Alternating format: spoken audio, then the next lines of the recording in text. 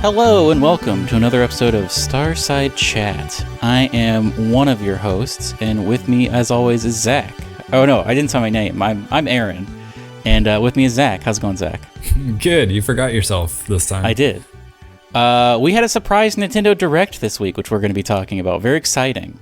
Yeah, we were all set to do like a special topic this episode, and then Nintendo was like, "Nope, Nintendo Direct." So I guess you'll have to wait another week for that. But very cool Direct. I'm pretty excited to get into that. But yes, we will in a little bit, but we have some news before we dive into our main feature, which will be the Direct. It's weird because this last week was also Steam Next Fest, and I didn't pay too close attention to that, but I think some of the stuff that came out, like there was a demo for that Planet of Lana game.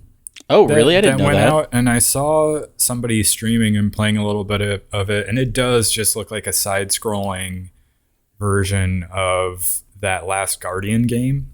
I'm very excited for that. I'm into that. I will play that game probably when it comes out.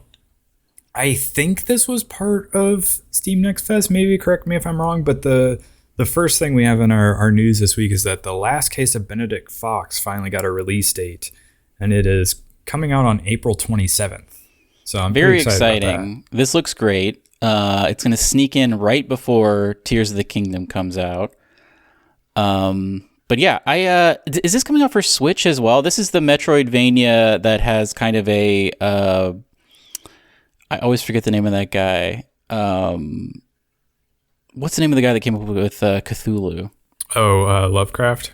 Yes, it's got a very Lovecraft vibe where you're like a kind of like a Victorian English guy, but you're investigating these like weird supernatural beings or whatever. You're in this like mansion, it seems like, but it looks very cool, and I'm very excited to check it out.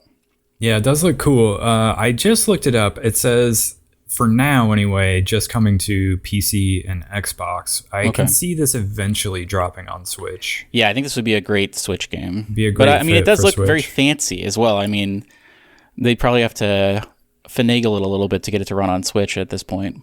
Yeah, I mean, if this does also release on Steam, it could be a good Steam Deck game. Yeah, very true.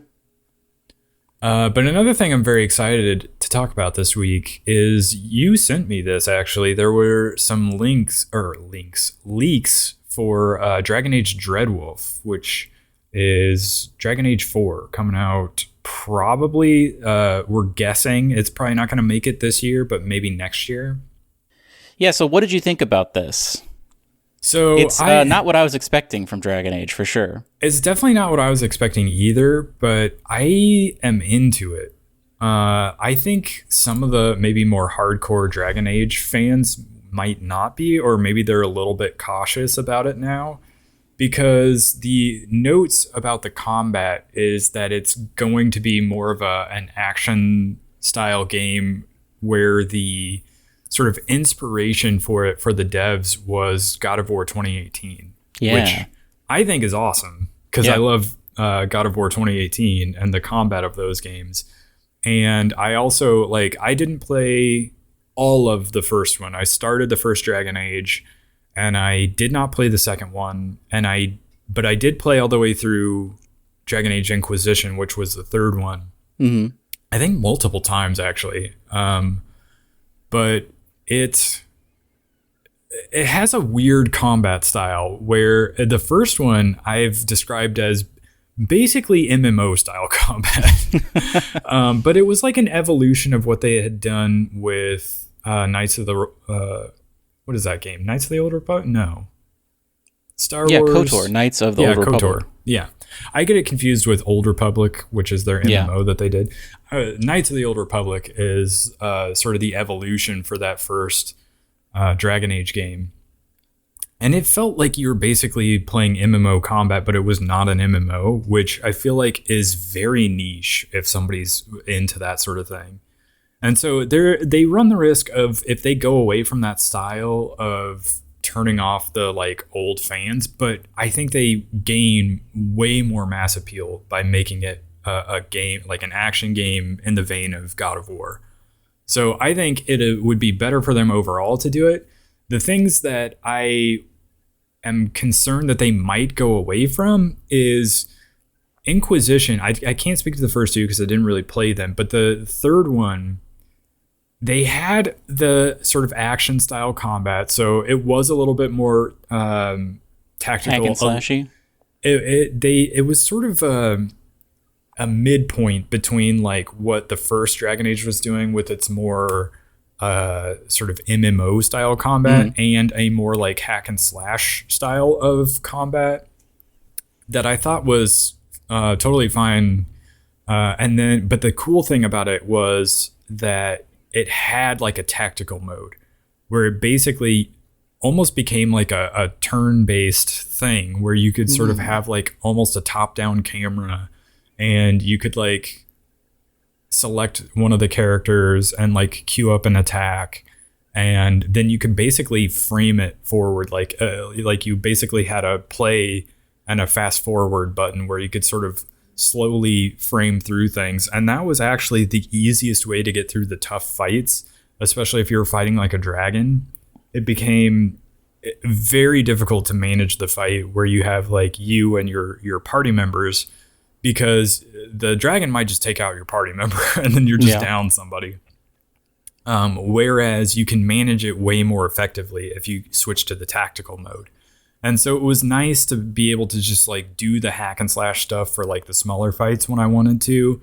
And then when the fight got tough, I could switch to the tactical mode and use that. And it was like a fun way that made the combat, you could switch it up very easily. This, I hope, it doesn't say, there's no indication whether that mode is going to be there or not.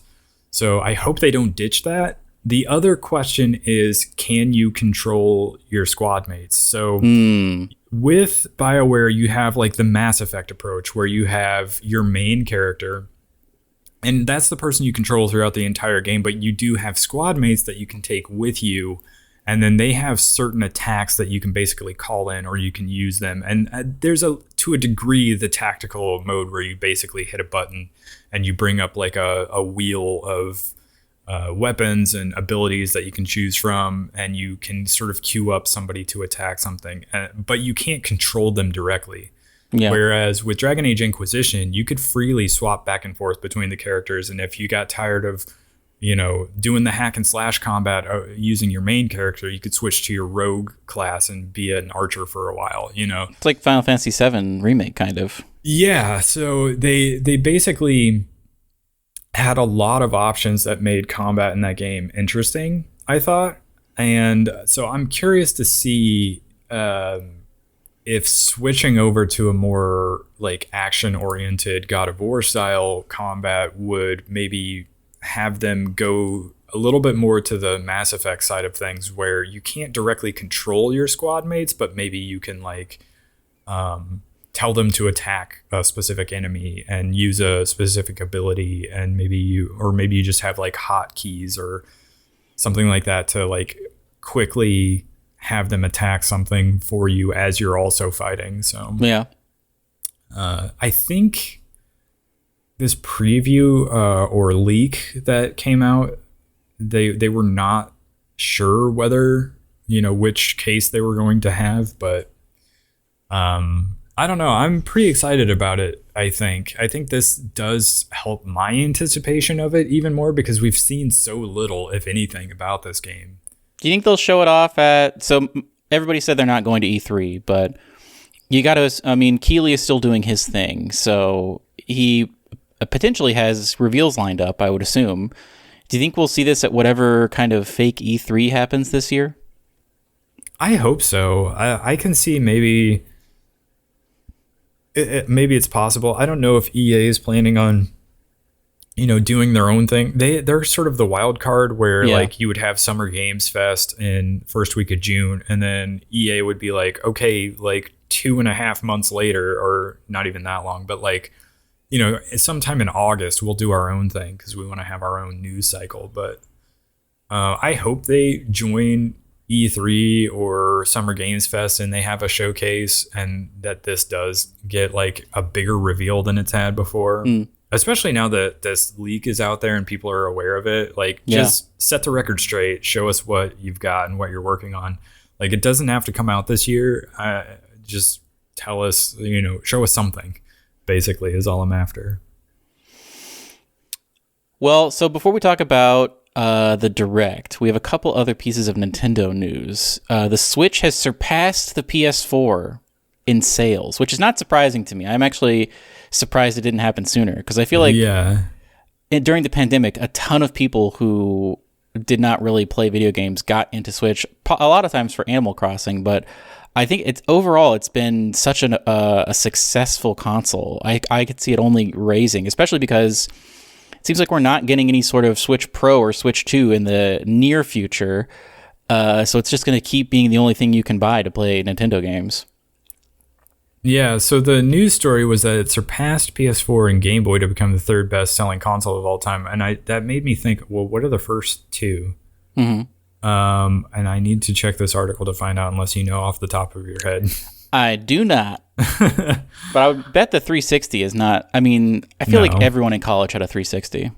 Yeah, but I don't think Xbox consoles sell as well as PlayStation. I think PlayStation 2 is probably the best. I guess that's a good point. Xbox hasn't really cornered the foreign markets as well. Yeah. It is just behind the Nintendo DS and the PlayStation 2. Mm. So, I mean, they still got a ways to go to catch themselves with the DS, which I guess makes sense because they sold a gajillion iterations of that. So I guess that incorporates every iteration of the DS? I don't know if that counts for 3DS is the big question. But either way, good news for the Switch, and I guess all the more reason why they don't need to rush out like a pro version of the Switch or like Switch 2.0. Yeah, they can just keep building on that platform. Yeah, so why don't you tell me about the Fast X trailer? I know you're not really super into the Fast and Furious movies, but the Fast X trailer came out as we're recording this yesterday, and it seems great. The person they're adding a couple of different people. There's always there's a huge ensemble cast at this point. But Jason Momoa is the bad guy, and the way he has been slotted into the story is, how best to describe this? Fast and Furious didn't get really good until Fast 5. That was when they went totally off the rails and started going insane.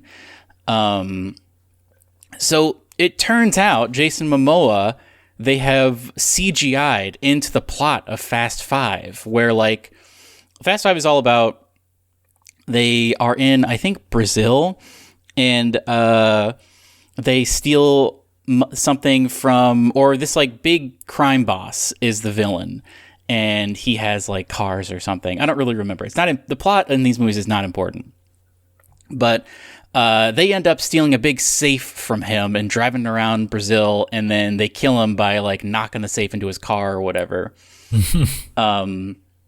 As it turns out, Jason Momoa is that guy's son, that crime boss's son. So there's a very funny shot in the trailer where like they're driving away with the safe, and then he is just like CGI'd in the background being like, oh no, and like shaking his fist and stuff. And then there's like the final shot where they like knock the safe into the bad guy's car and it falls off this bridge, and Jason Momoa, I guess, turns out is there as well, and then like falls into the water, but then his eyes open up and it's like, oh my God. So this one is like, he spent the last 12 years plotting his revenge, and so he's just, I guess, going to try to kill Vin Diesel. And it seems insane. It's probably going to be like 3 hours long, and it's going to be great. But the other thing I wanted to talk about, this trailer came out, and it's very similar to Mission Impossible, how they're doing Mission Impossible, where the last movies are going to be like kind of two-parters kind of a thing. So like Mission Impossible Dead Reckoning is coming out, and there's going to be one more, as well as Fast X is coming out, and then there's going to be one more. And so everyone was talking to Vin Diesel, like, what do you want for the final one? And he was like, oh man, my dream is to get Robert Downey Jr. to be in whatever Fast 11 is. And he is going to be the antithesis of my character, which according to him is someone who doesn't want anyone to drive cars, wants all cars to be self-driving, and he is like anti-family or whatever, which is very funny to me, and I hope that happens. But if you haven't watched the Fast X trailer, it's on YouTube on a bunch of different channels, but the one I watched on was the Fast Saga YouTube channel, which is the official Fast and Furious YouTube channel. It looks great, and I'm very excited to watch it I watched the last one in 4D, and I'm going to watch this one in 4D on one of those, what's it called? Movie theater seats that like shakes around with the cars. Oh, geez. So I'm very excited for that. That would be a crazy movie to see in that. It was situation. great to watch the last one in 4D. Or I mean, there's a bunch of different brands of it, much like IMAX. There's a bunch of like fake ones. I don't remember. I don't think I watched it in D-Box, which is I think the first people that were doing it, but it was some like off-brand 4D experience. But it was great, and I liked it a lot, and I'm excited to watch the next one like that. Will the series outlive Vin Diesel?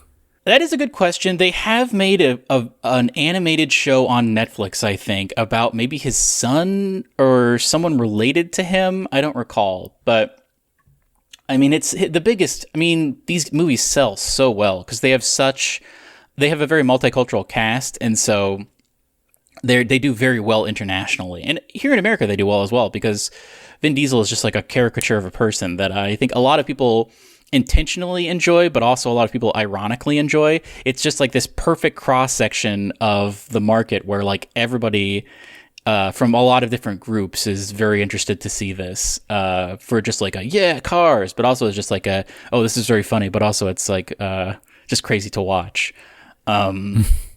So I don't know. I don't know if it will continue without him. I know. So he does have a son. And there is a guy that played him as a young guy in the last movie that looks very similar to Vin Diesel. And they could get that guy probably to be his like son grown up or something. So it could be like a thing where they do generations or whatever. But I don't know. These things are such cash cows. I also just read that he's making another Riddick movie. So I would assume the next the Fast 11 will be at least the last Fast and Furious movie for a while, because I think he's going to move on to some different stuff. How old is he? That's a great question. I will look it up right now. I was going to say, I feel like Diesel age. He's got to be getting to a point he's where... 55. 55, yeah. I was going to say, he's one of those actors that doesn't look like he ages, but you know he's older than you think he is, because he's been around for so long. Tom Cruise is 60. Yeah, I knew Tom Cruise was getting up there in age, but you'd have no idea about that if you watch like Mission Impossible movies. Well, speaking of that, I don't remember if we talked about this on the podcast, but did you watch that little 10-minute featurette they released about the motorcycle jump in Dead Reckoning? No. They built a huge ramp on the side of a mountain, and the big stunt for this movie, because every movie has to have a big stunt where he like risks his life. Mm-hmm. The big stunt with this one is he drives a motorcycle basically off of a cliff, and then is on the motorcycle for a little bit, and then releases the motorcycle and has a parachute. And so there's a very cool 10-minute featurette, or it's like 8 minutes on YouTube that they released talking all about it, where they had to make sure all the stuff was right. He jumped a motorcycle like 500 times in one day or something. He did like an insane amount of parachute jumps in the span of a week, like a crazy amount, like 1,000 or something. It was some number where I was like, that seems humanly impossible. Yeah. But he prepped so much, and then they shot it at so many different angles, and they shot it when the day came, they shot it I think like 4 times just to get all the right coverage. But I'm very interested to see it in the movie, because it is actually him. It's like the other one where he like flew a helicopter, and it was like, I mean, they could have CGI'd it, but the fact that they didn't CGI it makes it like very exciting for some reason. I don't know. Those Mission Impossible movies that and Fast and Furious are 2 movies where I am just like eagerly anticipating every new one that comes out, because they keep upping the ante every single time. Yeah, I tend to favor the Mission Impossible ones, because they, as you know, cool and over the top as some of the action can be in those movies, one, He's doing his own stunts. Yeah. And so there is like a layer of realism to those that Yeah. you don't get with a lot of other big Hollywood movies. But the stories tend to be more grounded, so I find them way more enjoyable. But It's great. Yeah, I can't wait for Dead Reckoning to come out. That's going to be such a good movie, I think. yeah, I'm super into it as well. So before we get into the Nintendo Direct, the only game that's out this week is Hogwarts Legacy, which I actually didn't realize that came out on the 10th, which was, I believe, Friday. But it's I thought it was already out. It's been out in early access. So like we're talking, if you've been playing this, you've been playing the deluxe edition that was, a little bit more money in order to get like early access to it. More money, you say? We're going to be talking about that in a second with the Nintendo Direct. Well, yeah. So, but anyway, it's like topping the sales charts, and it's breaking records for like streaming and like viewers streaming it and all of that. Despite the backlash for it. And so it's like one of those big topics that like all these games media outlets that were like, we're not going to cover this, are like having to eat their words a little bit because it's such a big deal that they can't ignore it. But anyway, we need to talk about our top 10 builder. Yes. Because I've been playing a thing that I did not tell you about so that we could talk about it on this episode. Also, so for now, we have Fire Emblem Engage. We've got Hi-Fi Rush at number 2, Dead Space Remake 3, Vengeful Guardian Moonrider at 4. Since neither of us have played Vengeful Guardian Moonrider, I'm just going to remove that. I'm fine with that. It does look cool, but yeah, neither of us have felt the need. Yeah, it looks cool, but I feel like the only games that should be on this list are ones that at least one of us have played. I agree. And to be clear, I have not contributed anything to this list yet. Eventually. But I'm going to rearrange this that you can see, but I have not explained yet. So I moved Dead Space Remake to number 2 over Hi-Fi Rush. Oh, yeah. 1, because I'm not in love with Hi-Fi Rush. Yeah. And secondly, I have started the Dead Space Remake. Oh my God. Is it scary? It seems like it's pretty scary though. A little bit. So it's interesting because in my attempts to play more games and to broaden my horizons and try out different things that I wouldn't normally play, I over the last couple of years, when Stadia was still a thing, I had played, or I at least started, Resident Evil 7 and 8. And in both cases, I had to stop playing them because they were just like way too anxiety inducing. Yeah. Especially because both of them, there's like a point in the game, and maybe it's even most of the games, where there's like this big bad evil person / creature thing that is just sort of constantly on the prowl hunting you. And so you always have this like constant terror of like this thing that you cannot kill that's like chasing you and is always coming up behind you. So that was like too much for me. And so I was like, I can't do this. Dead Space Remake doesn't really have that. It is like creepy, but it's creepy in the way like if you've ever watched an Alien movie, like it's creepy, but it is not like triggering that like anxiety in me that's making me like need to stop playing it. Like when I would play Resident Evil Village, I would play for like a 30-minute stretch and I would just be totally exhausted by the end of that, and I just like needed to walk away from the game for a little while because it was just like too much anxiety.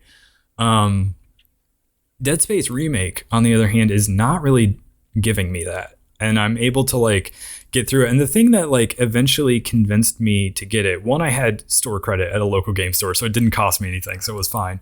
The other thing was I was listening to a podcast, I forget which one, but they were basically like, the remake is a little bit easier than the original release of Dead Space because they've really worked on the controls to make them smoother. Like part of what made the original release a little bit more difficult was you were a little bit battling somewhat clunkier controls. Yeah. And so the fact that this is much smoother and feels much nicer to play is making it so that people even playing on like hard mode are not having as rough a time with it. But also there's like an easy and I think even a story mode difficulty. So like you can really scale your difficulty. And so once you do that, it basically becomes like an arcade shooter, basically. That's interesting to me, actually. Yeah, and so that's what eventually was like, okay, maybe I should give this a shot because it's such a beloved game and people have been talking about it. And I've just been listening to so many people talk about it that I eventually broke down. I was like, all right, I need to try this. And it's great. I'm like a little over halfway through. I think I just started chapter 8 maybe of 12. And yeah, you get all these different weapons. It's kind of got a similar thing to like, I guess it's like sort of a subgenre, sort of, where in Doom, you're constantly getting new weapons. And so you're constantly swapping out your different weapons. Obviously, very, very different game from Doom, but like that kind of a thing where you're constantly getting different weapons and upgrading them. And like, obviously the ammo is a little bit of an issue, but not that bad, especially if you scale your difficulty. But yeah, I'm enjoying it, actually. It's like a cool, creepy sci-fi story. And I don't know, I'm enjoying it such that it's been most of what I've played this last week. I have a reveal for you. I played the original when it came out. Oh, did you? Yeah, I played in a very safe environment because it came out, I think, when we were in high school, and me and my high school buddies rented it and all like played it together. As well as like we were doing other stuff and like had a TV on and whatnot. So it was in an environment where I could look elsewhere if I ever needed to, and it was very low stress. Yeah. And I kind of remember I only had my hands on the controller, for like a third of the time or a fourth of the time. But I remember thinking the story was very interesting. Yeah. And I know that. Are the sequels made by the same people, or is it kind of like a BioShock 2 type thing where another studio took control of the narrative? I don't know for certain, but I'm pretty sure they were made by the same team. But yeah, I remember being really freaked out by those little baby things that would like shoot like pus at you or whatever. And that big thing, there's a part in it that I remember was very scary for us where you meet this like big hulking thing and you're in a very small environment and you sort of have to like run around and like turn around and shoot it and keep running around. And then that enemy shows up like, I think also like when you're on the bridge of the ship, I want to say is a cool set piece. I don't really remember. It's been over a decade, over maybe like 15 or 18 years since I've played it. So, but I am into this, I am into the idea of this sequel this remake, because all I've heard about it is it's great. People are just remembering how great it is. They changed a lot of stuff. They made it a lot more accessible. And apparently, you can probably attest to this, the graphics look insane on the PS5. They do look incredible. Yeah, I did pick it up on PS5, again, partially because I had store credit somewhere so I could get it basically for free. But also because I've heard there's like PC, it doesn't run as well. Really? Even on like pretty powerful hardware. And so I was like, I don't want to try this on my computer. But yeah, so I've been playing it on PS5 and yeah, it looks incredible for sure. And it makes me wonder if they're going to go to the effort, like I guess depending on how successful this one is, if they're going to do Dead Space 2 and 3 as well. It's a good question. I mean, they definitely... I don't know if 2 and 3 have as much love. I feel like it was either 3... One of them, they did something, I think, with the story that people didn't like, but I don't really remember at all because it was so long ago. I think, if I remember correctly, I think 2 is still genuinely regarded pretty well, but 3 is the one that people sort of tune out on a little bit. 3, I think they changed it a lot, where they made it more of just like a generic shooter, and also the story, I think, took back some of the stuff that people enjoyed with the lore. They made it all crazy, but I don't really remember. Also, I think this was also the era where EA was trying to shoehorn multiplayer into all their games. Yeah. And so I think if I recall, Dead Space 3 had like a multiplayer thing of some sort that people were not wild about. So yeah, but that's going to be, that's our number 2 now on our Game of the Year watch. Yes, I have moved it up. It is still behind Fire Emblem Engage for me. Maybe I will feel differently once I finished it. I'm still playing Fire Emblem Engage off and on. I played a little bit more this morning, and specifically because part of the Nintendo Direct, I guess spoilers a little bit for one of the less important drops from the Nintendo Direct, like the next wave of the DLC stuff for if you have the season pass for Fire Emblem Engage dropped was one of the hot drops from the Nintendo Direct, and so they added a couple more Emblem characters that you can add, and so you can go back and play through the paralogue story stuff to unlock those emblems to join your group. And so that actually worked out perfectly for me because I have not finished the game, obviously, so I don't need to go back in to try to experience that stuff. It's just like stuff I can do as I'm playing through the game. But I'm still enjoying it. They might flip-flop. I don't know by the time I'm done with Dead Space because I am really enjoying it.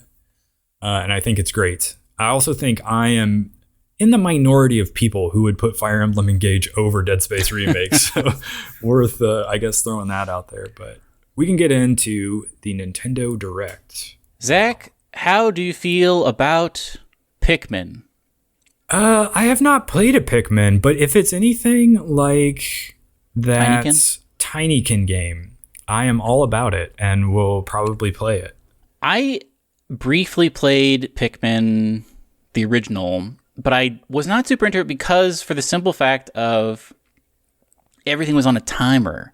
Yeah. Much like the original, what was that game where it was like a zombie game where you were in a mall and you were like a photographer? Do you know what I'm talking about? Yeah, what was that called? Was it another one of those Dead something? Dead, whatever it was. That game as well was on a global clock. When you started the game, like you were on the clock and it's like predetermined things were happening based on the game world's clock. And I didn't like that in the original Pikmin because I always felt a sense of urgency that I couldn't just like mess around with my Pikmin. And I would bet they've gotten rid of that mechanic in this new one. But that was the first thing they showed at this Direct is a very long look at the new Pikmin game. Yeah, it was a cold open. They just go right into Pikmin 4. And they are not specific as to whether the time mechanic is gone or still present in this. Although there does seem to be like maybe a day-night cycle happening because there at one point it like becomes nighttime and the creatures like have red eyes and it's like very creepy. I don't know what to make of that. I haven't played a Pikmin game, but I loved Tinykin so much that if Tinykin was just doing Pikmin without the time mechanic, I'm very curious to see what Pikmin 4 is like. It's definitely something that's on my radar now. Now, let's get this out of the way. They did not show any Silk Song, and everyone thought they would because when they tweeted about this Direct, they said, games releasing in the first half of the year. And as we all know from the Microsoft show last E3, or whatever I forget if that was associated with E3 or Summer Games Fest, but they said all of their games were going to be releasing within the year. So by June 13th or whatever of 2023. And Silk Song was on there. It was going to be on Game Pass. And so everyone was like, oh man, here it is. We're going to get a release date. Or anything, just a trailer. People on the Silk Song subreddit all changed their user icons to mirror kind of the Silk Song art with like a red background and then a black silhouette. That Mossbag guy who I follow on Twitter was kind of following that and tweeting screenshots of all of the people in the Discord changing their icons, which is very cool. Primed for any sort of Silk Song news. And we didn't get anything. So I was a little bummed about that. But they did show a lot of stuff.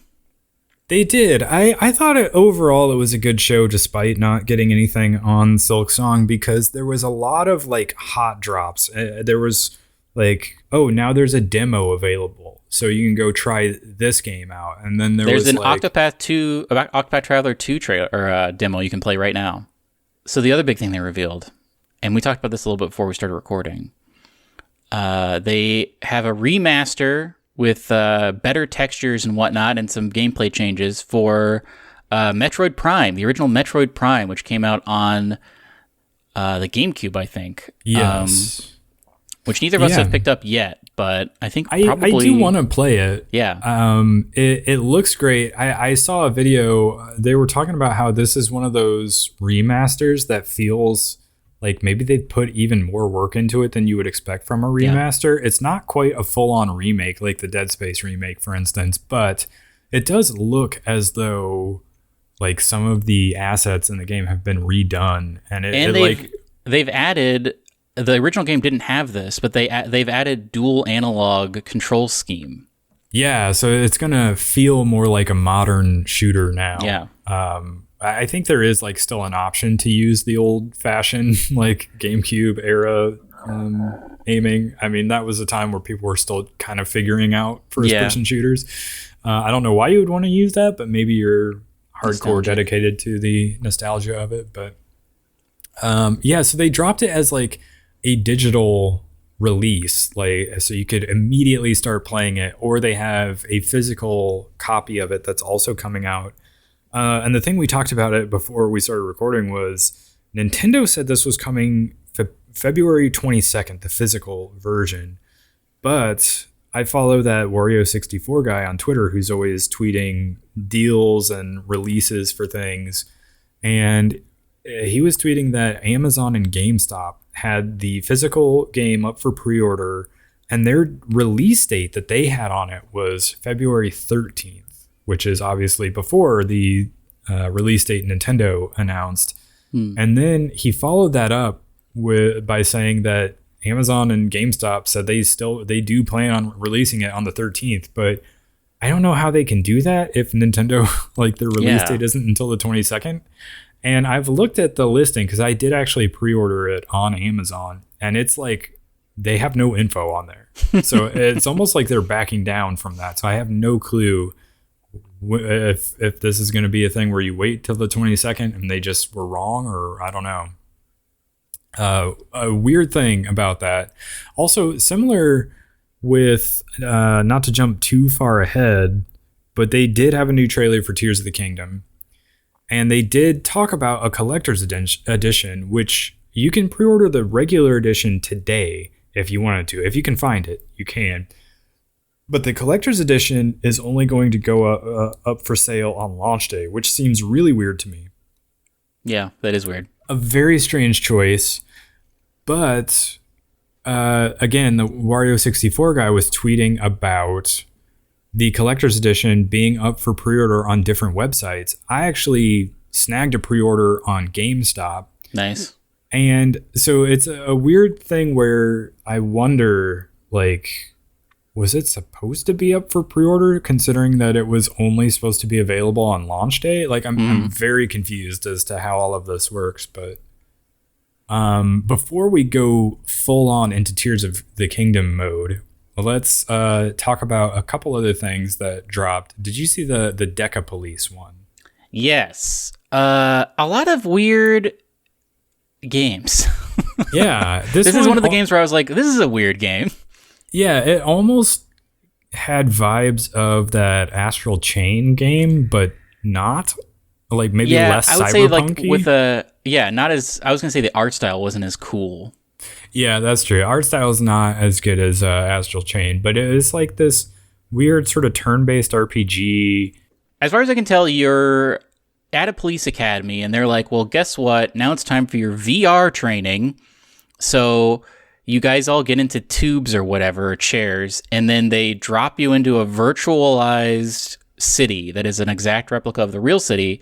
And then I guess you do missions in there, but there's also a hacker that's hacking the simulation as well. And so like I don't know if this happens all the time, but at some point you like turn into a cat because he's hacked the system. It's interesting, but I don't know. I felt similarly about this as with that like weird influencer game where you could just like walk around and be like, hey, I like your clothes, and now I'm wearing your clothes. Fashion Dreamer.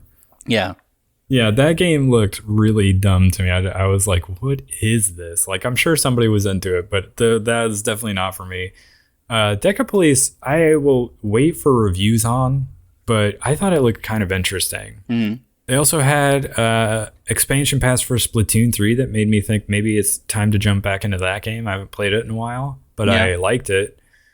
Octopath Traveler 2, you mentioned there's a demo available for that. There's also a demo that dropped for Sea of Stars that also got an official release date for August 29th. This is that sort of Chrono Trigger-esque looking kind of top-down SNES era RPG that looks really good. I have not downloaded the demo to play it yet. I kind of want to, but I've been playing too many other things to do that. They did this with Octopath Traveler 1, and do you remember if they let you keep your progress from the demo?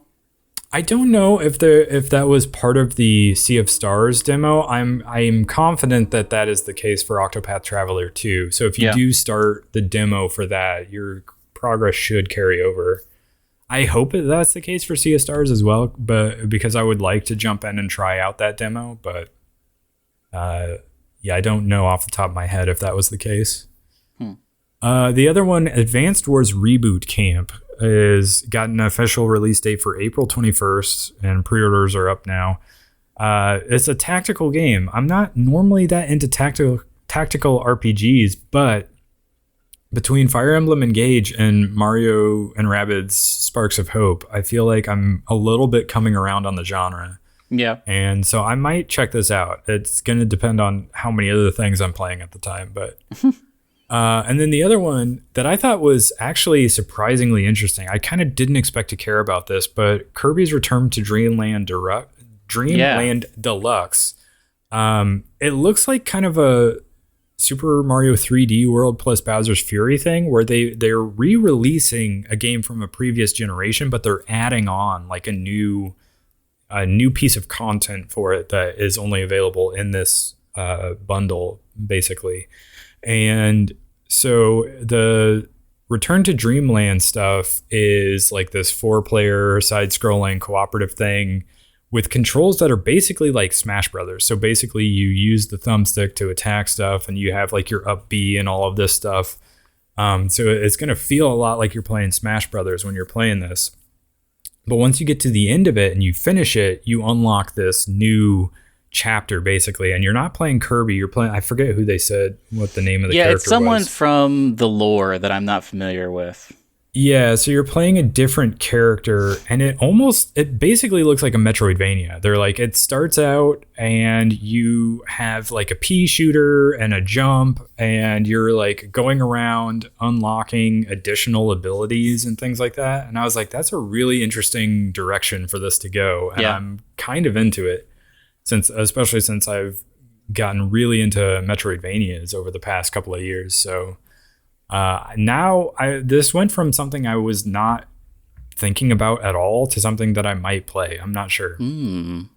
But there's also a demo available for that as well. It comes out in like 2 weeks, like a week or two here as we're recording this. So you won't have to wait long. The problem with its release date is the fact that it's the same week as Atomic Heart and Like a Dragon Ishin. So it's going to be tough to get me to play it when that happens, but maybe eventually. And then they excited everyone who loves Game Boy and Game Boy Advance games by saying these have been added to Nintendo Switch Online. I think you have to have the expansion pack for the Game Boy Advance stuff. You do, yeah. But what did you think about this? Did you ever have a Game Boy at any point? I never did. My first handheld thing that I've ever owned is a Switch. Well, I guess I owned a Vita, but I only played Destiny on it via remote play. Yeah. But I don't know. It's I watched someone back in the day, years ago, play through the entire game, the Zelda and the Minish Cap, which is a great Zelda game, and it's on Game Boy Advanced. And if you haven't played that, that's a great one you can go back to with this if you're on the expansion pass. Tetris is on the free version, is on the Nintendo Online that isn't like you have to pay extra for. There's some Mario games. I don't know. They did, yeah. Super Mario Land 2 is on there, and gosh, I can't talk today. Link's Awakening DX is also on there, and I feel like it's a little bit weird because they released like the remastered or / There's a remake better version of it available. Version of that. So yeah, I don't know. I feel like I would just go back and play that one again, but that's on there for the people that love it. And they did add, it does have Metroid 2 Return of Samus. Yeah. Which, people are getting into Metroid these days. So, but yeah, I don't know. I never played a lot of these. I did play Tetris because that was the one that came out with every Game Boy. It was like bundled. Yeah. But I don't think I would go back to play this version of Tetris. I think I would play Tetris Effect or that like Tetris 99. Yeah. Is that still around? That like battle royale that's a Tetris? good question. Actually, don't know, but I don't have a lot of nostalgia for the Game Boy and Game Boy Advance, even though I did have a Game Boy back in the day. But I would much rather play Metroid Prime Remastered, which was the other big thing. We already kind of talked about it, but I think it looks cool. Is it like, does it maintain, I guess maybe you don't know, but does it maintain like the Metroidvania stuff, but they make it 3D and first person? Yeah, they do. Yeah. It's I think that's why it's so beloved, I think, is they really took the formula of the Metroidvania and made it 3D. So you're still getting new abilities that allow you to get to new places, and you're backtracking a lot to different areas. But I think it is very similar to a 2D Metroidvania, or Metroid, I should say. So if this is successful, do they do Metroid Prime 2 and 3? Oh, yeah, you got to imagine. Because all three of those games, I think, are very well beloved. And we got a little bit juked out because right before the Direct, a Tears of the Kingdom was posted on Amazon and like Walmart, but also a Metroid Prime 4 was posted. And we were like, oh my God. But no mention of that. They're still working on that. That's had a very troubled development cycle, but as far as I know, it's still in development. It's just we're not going to see anything about it for a while. Yeah, I almost wonder if they realized how far away they were with Metroid Prime 4, even though they've like announced it so long ago, that they were like, okay, somebody quickly remaster the first Metroid Prime so we can get some Metroid Prime out there for people who are now like anxiously anticipating it and frustrated that we still have got nothing to show on it. I think people are going to be into this. I mean, I think there's a ton of people who weren't even born when the Metroid Prime came out, and now they can play this nice HD version of it and have dual analog sticks and not have like trouble playing it. And I think it's going to really drum up a lot more interest in the 3D Metroids. Yeah, they're a little bit testing the water for it. I think so. To do more with Metroid Prime. But it also makes me wonder, because I am hoping that GameCube games are going to get added to Switch Online at some point as well. And it makes me wonder, like, what do they do with the Metroid Prime series now? Do they still put it out on there? Even though, I mean, I guess they did with Link's Awakening with I don't the know. Game Boy stuff, but it's a weird case. I'm not sure, but I guess GameCube is probably at least another year away from being added to Switch Online, because I feel like they don't add more than one system per year. It's insane to me that they haven't remade Wind Waker yet in a way that I can play it. Like, yeah, that's the other one. I would love to play that game, and I never had a GameCube, and I think they did like a re-release on Wii U, but I don't have a Wii U. Yeah. But I don't know, man. I would love to play that game, and they have for some reason not remade it or made any sort of like port of it, and it's crazy to me. Yeah, especially since they did port it to the Wii U, you would feel like the work has been done there. All they would need to do is just put it on the Switch. Yeah. At that point, but yeah, so we might have to wait until GameCube gets added to Nintendo Online before Wind Waker is playable on the Switch, which sucks. But I mean, it's also one of those games that I think holds up pretty well visually. I think so too. So they wouldn't really necessarily need to do a big remaster of it.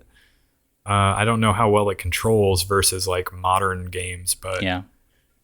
I guess we're still waiting on that. And then they did announce a new Professor Layton game. Those games I know were very popular on like the 3DS and the DS, but never played them. And they didn't really show much of anything. They were just like, this is a new game that's coming out.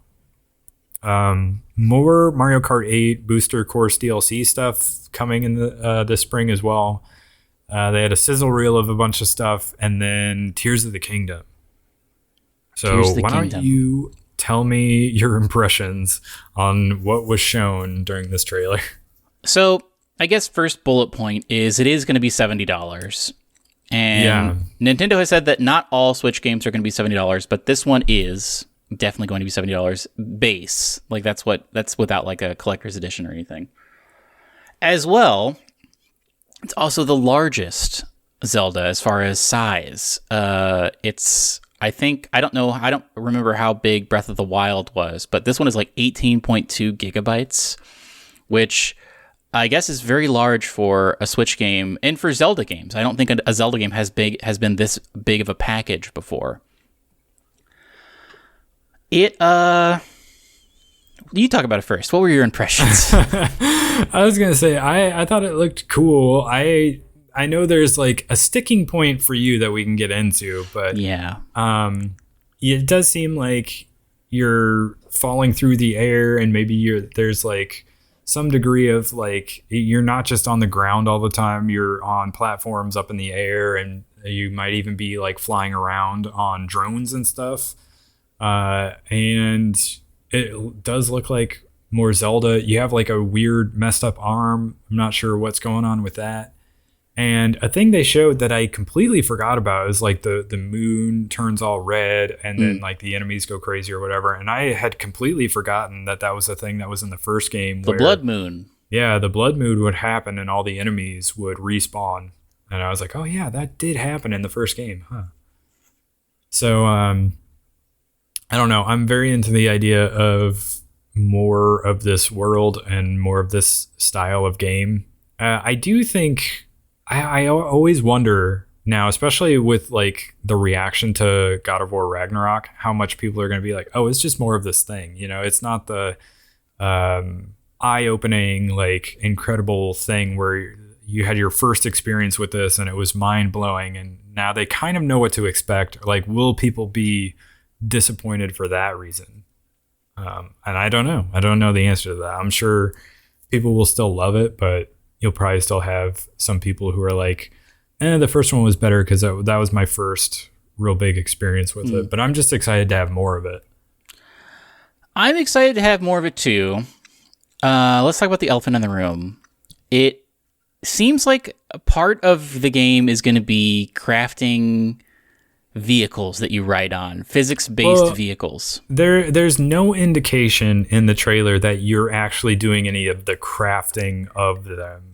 You do find a wheel at one point. So there's a shot where Link runs up to a lake and uses, maybe not magnesis because it's a different color, but he picks up a wheel from the lake, and then smash cut to him riding on a cart that incorporates that wheel. And so the obvious comparison that a lot of people have made is Banjo-Kazooie Nuts and Bolts, which is a game where they took Banjo-Kazooie and they were like, let's not make this a Banjo-Kazooie game. Let's instead make this a game about crafting vehicles. And I don't think that's the trap they're falling into here. Yeah, I was going to say, from the rest of this trailer, the fact that he is riding on like a drone in the sky or like a cart on the ground is a really small portion of the trailer. There's not like an extended, oh, here's a crafting menu. Like, I can see it being a case where maybe you use magnesis to pick up a wheel and you just move it over to a cart that's sitting there and it like automatically attaches, and then you're like, well, you can just ride this thing now. That's, I think, what I don't want. I think I would prefer a crafting menu. Oh, you want the full-on menu? I would prefer that to the jankiness of, I mean, I'm a guy who played Gary's Mod back in the day and spent hours building weird little, like, using the wheel gun to make a bunch of wheels onto a thing and then put a bunch of balloons on it and then a bunch of thrusters and having a great time with that. And that was a good time, but I don't know. I don't know if I want that in a Zelda game. I think they definitely saw what people did in the first game where they did all those tricks to make vehicles by like getting in a minecart and then using magnesis in a certain way to make the minecart fly. And one of the reasons that Breath of the Wild has had such a long tail, because it's a great game, but in addition to being a great game, it's also a great sandbox where any number of emergent gameplay things can happen because of the systems they've created and the physics that interact with everything. So Yeah. If what we're seeing is that they've added more systems and physics stuff to interact with, I guess it's not a bad thing. Yeah, that was my thought on it, and why I found it so surprising that so many people, because you were not the only person to mention this. I feel like I saw some people tweeting about it as well, and I was very surprised to see like a negative reaction to the fact that you could potentially be flying on a drone in this game. I was like, really? This is not appealing to you? It seems awesome to me.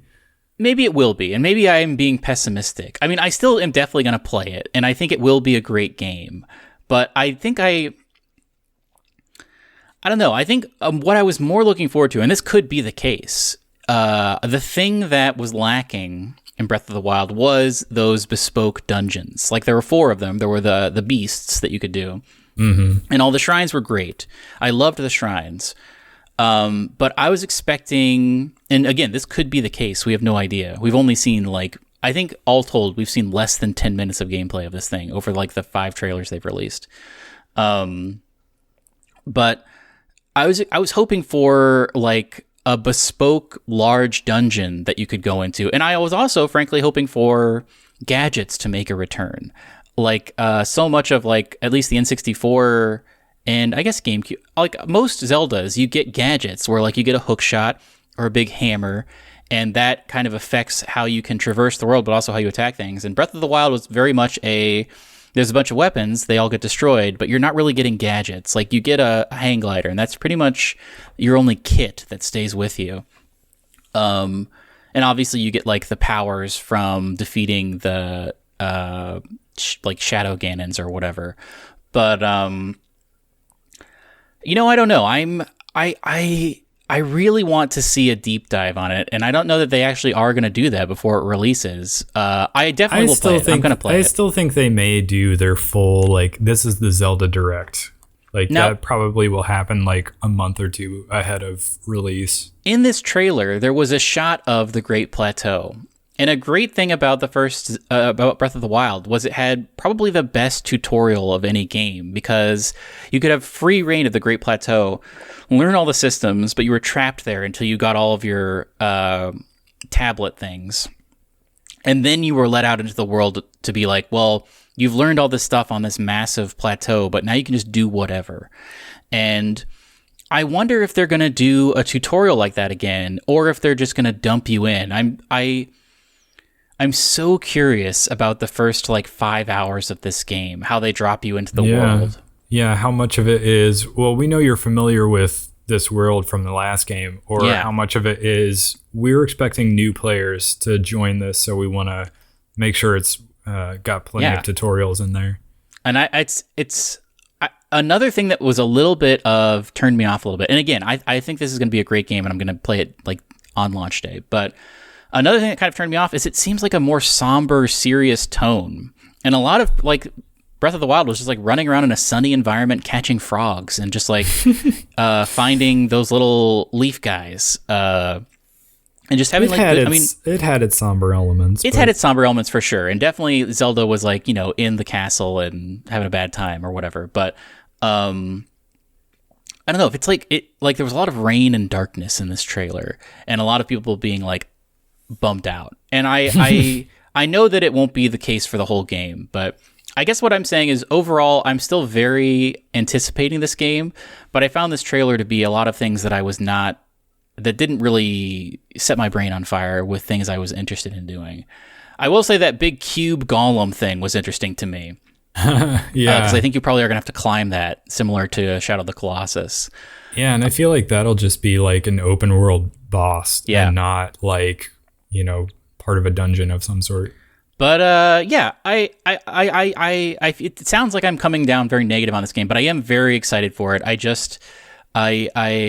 don't know. I don't super like the idea of having to craft vehicles, but maybe it'll be fun. I don't know. Maybe I'm wrong about this. I'm willing to eat my words about it, but it wasn't what I exactly wanted. I wanted them to be here is Link, here's what's going on with him, this is why his arm is messed up, and look at this, in this game you have a hook shot. Isn't that great?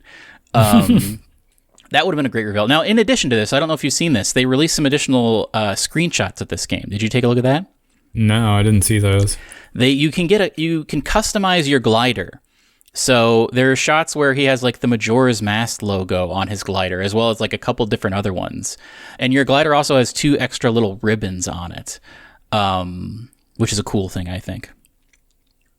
Yeah, I wonder, with regard to like this being maybe a little bit more darker than the first one, I wonder how much of that is they're planning on making this a trilogy, and this is like the Empire Strikes Back chapter where it's a little bit darker than the others. But I'm all about that. I mean, I think it's not bad that it's on the original map. I don't hate that. And I know that some people have said, like, I wish they had, mixed the map up a little bit. And I think they maybe will. And definitely there's stuff in the sky for sure. So that's adding stuff. But I think they didn't need to iterate on the map because it was a great map. And if they just put stuff in the map this time, I think that's going to be all I need. Yeah, I mean, obviously I'm into it and excited about it. And I have hopefully got my collector's edition pre-ordered, as long as GameStop holds up their end of the bargain. Yeah. But I think it looks great. And I was not turned off by the potential for like craftable vehicles. I never played the DLC chapter for Breath of the Wild that involved the motorcycle. I know you don't craft that. But that was great. And I loved that. Like having a motorcycle, we were texting about this earlier, but it was like you didn't have to craft or anything. You could just summon it and drive around it, and eventually it ran out of gas. And I think there was a way to refill it. But I only really played around with the motorcycle for maybe like 2 hours because that was pretty much the end of the final DLC. So there wasn't really much else for me to do except for like just drive around for a bit. But being able to go fast in that world was fun, and not having to rely on a horse. That's all great. That's the thing they're going for. I feel like you will be able to ride your horse until you eventually learn how to craft a vehicle. And with any luck, that's the only time you have to do that. And then you're just like have that as a summonable like mount that you now can that's drive interesting around. to me. If my worry is that it's going to be a thing where you basically just have to craft it on the fly. Like you find a bunch of parts, you craft, and then you don't get to pocket it in any way. You just have to kind of leave it there until you find another area where there's things to craft. Yeah, again. that's my fear. Is like it's going to be something you have to do like once every couple of hours. Yeah, I can see that being the case, which I guess would make it so that you can't completely get rid of the need for a horse. But yeah, I don't know. I think that was another concern I saw. People were like, well, I guess we don't need horses in this game if they're going to have like vehicles. But what do you think about it seems like they took inspiration from what people did with the first game, as far as like, people like to play with the physics, let's make more physics stuff. Do you think they also took the criticism of people weren't super into weapons breaking? Do you think weapons are going to break? Well, that was game? what I was just going to ask you. Do you think they remove or at least like water down the whole like weapons breaking aspect of the game and make it so that you can use weapons for much longer in this game? Or maybe you just, you don't have to constantly replace them? I would hope that is the case. Now, interestingly, a part of this trailer was we saw Link use a thing that seems like a cannon on a stick at one point, where it seems like you can hit people with it, but then he did sort of like a flip, and then a bunch of like blue fire came out of it or something. And I wonder if that is a gadget that you can get. I'm all about him having more gadgets is the thing. And I'm very curious to see if it will be another thing where you have to collect Koroks in order to like gain inventory space, or how they're going to deal with that. Because I don't know. I wonder if the arm plays into it, where you start having different powers, and that would be great. You can sort of roll those into like your weapons that you use as well. I'd be very curious to see. I want to know a lot about this game, and it's crazy to me that we haven't gotten more information. I guess it isn't coming out until May, but I would have thought by now, because a great thing about Breath of the Wild was they could just give journalists just the Great Plateau and be like, here's the game. You can't get off the Great Plateau, but you can experience a lot of the game, pretty much all of the game in the Great Plateau in this nice little tutorial area.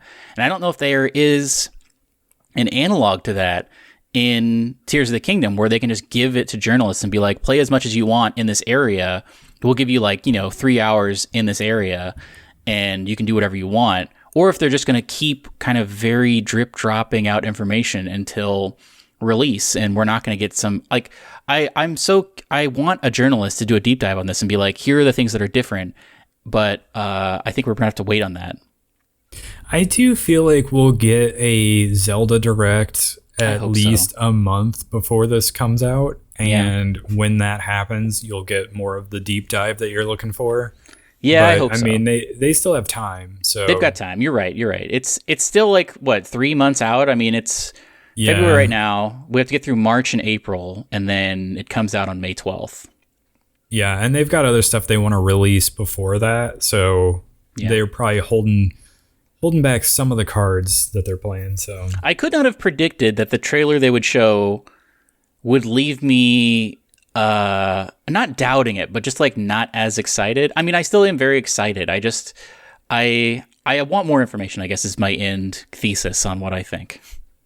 So I go through this with some big games. It was the same with God of War, where I would see a trailer and I was like, yeah, that looks fine. I don't whatever. I'll play it when it comes out. And I wasn't overly thinking about it too much. And then Sony did this thing where they released this really amazing trailer. Maybe it was about a month or so, or no, that was over the summer, wasn't it? It was months in advance, and it just got me super hyped for that game. But even then, it took me right up until a couple of weeks before the game came out before I was really, really anxiously anticipating it, because I knew there was so much time between now and when it was coming out. And I'm have always been a little bit in the same place with Tears of the Kingdom. I know it's going to be great and that I'm going to play it and I'm going to love it. And but I'm just it's still far enough away that I'm not thinking about it too hard right now. Yeah. And I feel they're going to want to do that deep dive, and that's when that switch is going to be flipped in my head, and I'm going to just be all about Tears of the Kingdom. You're probably right. So right now I'm just watching these. I'm yeah, it looks great. It looks fine. I'll play it when it comes out, but it's still far enough away that I'm not going crazy about it. So yeah. Any last thoughts on Nintendo Direct? Overall, pretty good show. Yeah, I would say a B. It would have been an A if we got some Silksong or more definitive stuff about Zelda. But there were a number of games where I was just this is interesting for someone else probably, but not for me. Yeah, I think a little bit in the same boat, especially because they had Game Boy and Game Boy Advance stuff, which I don't really care about, but that is a pretty hot drop for people who are into that stuff. True. Same with Metroid Prime. People have been waiting for stuff with Metroid Prime for a long time. So to finally get that, to get a release date for Advance Wars, people have been waiting on that game.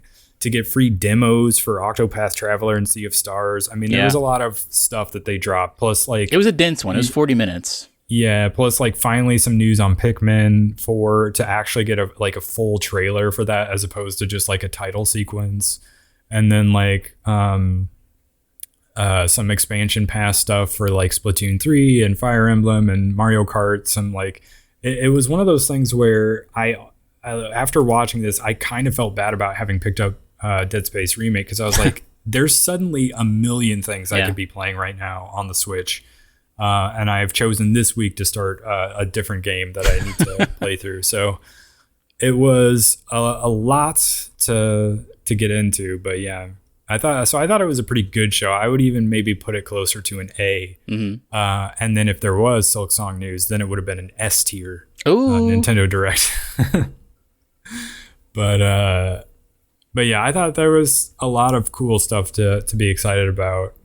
So a lot of hot drops. I gotta give it credit for that. True. Do you, as we're getting towards the end of the show, have any parting wisdom? Oh wait, maybe we should talk about watching first.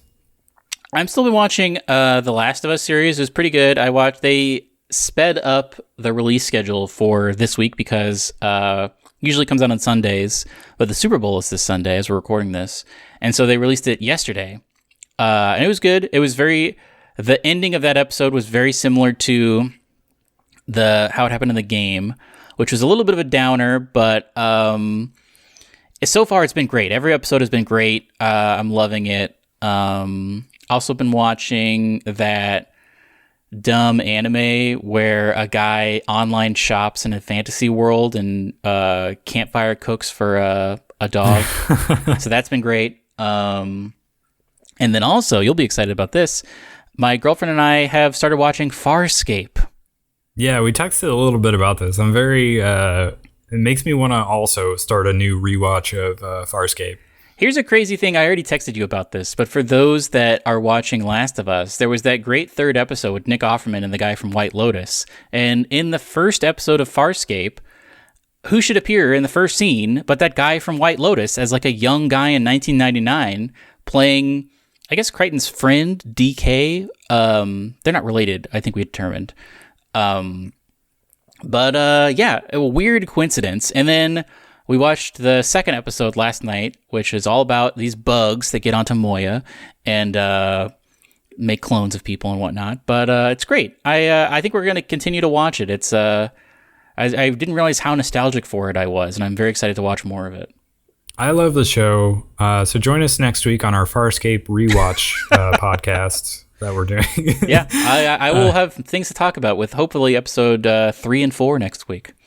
Yeah, maybe I'll start a rewatch too, and so I can join you in the conversation a little bit more. But does it ever get to be 16:9, or is it all standard def? I believe it does get to be 16:9 eventually. I don't remember what season. There are only like 4 seasons. Yeah.